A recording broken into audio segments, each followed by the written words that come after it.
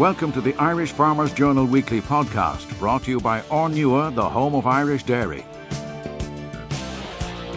Anthony Jordan here from the Irish Farmers Journal. I'm here with lawyer James. James, a lot of people interested in the whole solar energy at the moment and putting it on their land. What is the legalities behind it? What are the issues they have to look out for? Well, when it's become very popular solar, when people are approached by these solar companies, they should look out for the following things. They'll be presented with an exclusivity agreement in some cases, and which means they can't talk to anyone else a period of time. But most importantly, it allows the solar company go off and apply for a grid connection. You need to make sure that if they do that, what happens if the grid connection doesn't work, or if you want to buy the grid connection back, or if they don't proceed with it. And that's very important that clause goes in. The next document that people need to be aware of is the option agreement. You need to get legal advice on that. That sets out the term of time that they will spend getting the planning permission, getting the finance in place, getting the grid connection, and it can lock down your land with certain restrictions for 3 to 5 years. You should also get a fee for that, and any legal costs should also be covered as well. You should make sure that the scope of the land that they're going to apply for the planning permission on is well covered, and any issues about rights of way or access are dealt with in it. The other document then is the lease agreement. Now, it's very important to note that when you sign the option agreement,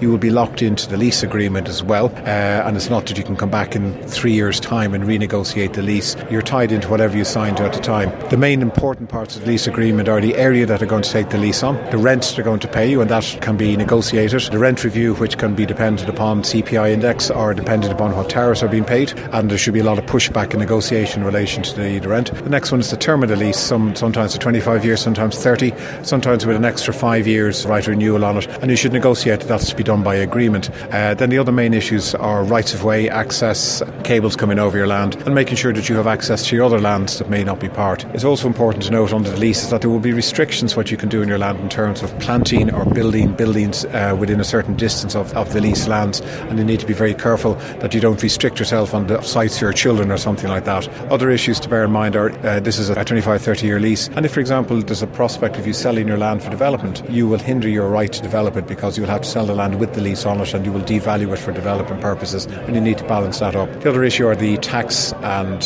single farm payment issues or basic payment issues. There are a lot of taxation issues which are dealt at a conference today by Declan McAvoy of IFA, and you need to be very aware of those. You can impact upon your single farm payment if at the moment if you have solar panels or land, the department will not pay your single farm payment on that, for that is currently being negotiated. And that's against what developers are saying, is that true? Well, that's our understanding. The department, as following on what they said in the UK, is that they're not prepared to consider single farm payment in all cases on the land, but it's still up clarification be sought on that. It can also create... Is there anywhere when clarification will be sought on that particular issue? I know that IFA are pressing very strongly in relation to that, but we can't confirm it when you sign a document. The other issue is the inheritance tax issue or agricultural relief, and that's still slightly up in the air, and you need to be very careful that if you have a large part of your land which was farmland but is no longer farmland, you may not be able to claim agricultural relief, which could have quite serious tax consequences. So you need to make sure that all that's done before you sign the lease. Brendan Malone, a farmer from Kildare. Brendan, what did you make of what's going on here today? I thought on today brought a lot of things into our head like we'd never thought about, but very good it was, absolutely fantastic. And would you have been aware of the legalities, technicalities, the tax implications of what solar energy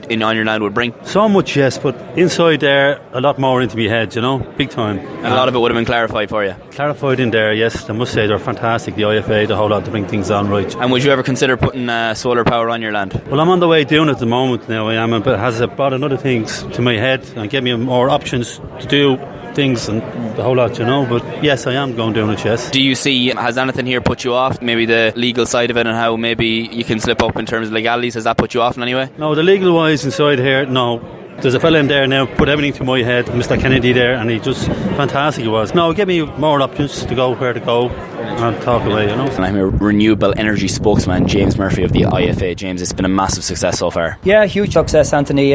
We're delighted with the day, delighted with the turnout, and also delighted with the quality of the presentations. Clearly from the questions that have been coming, people have been taking the messaging on board. They came for information. Speaking to people there at the break, they're very, very happy with the information that they've got. So you have to say the day so far has been an absolute success. I suppose just briefly, what would be your advice to somebody who wants to invest in solar energy in Ireland? Consult. Be brave. If you believe you have a site that is suitable and you haven't already been approached by a developer, then go and look for a list of developers, engage with them, and if you get engagement with a developer, make sure that you get good solid advice, particularly, and I think that's really been highlighted at this conference, experienced legal advice, somebody who knows exactly what they're dealing with when they're looking at a renewable energy contract. And just notice noticeable that there's no actual developers here today. Is there a reason for that? Yes, this is a farmers and landowners event. We had loads of developers who wanted to come, who made the strongest possible case that they should come. Nothing personal against them, but look, this was an event for farmers and landowners. We wanted to get them good solid information that they can use in their interaction with developers. I suppose on the legal side of everything you were kind of warning against developers maybe taking advantage. Have you spoken to developers about this? We have. I would have to say much of the messaging that we've given to developers is taken on board. James Murphy, thank you very much. You're very, very welcome. The Irish Farmers Journal Weekly Podcast, brought to you by Ornua, the home of Irish dairy.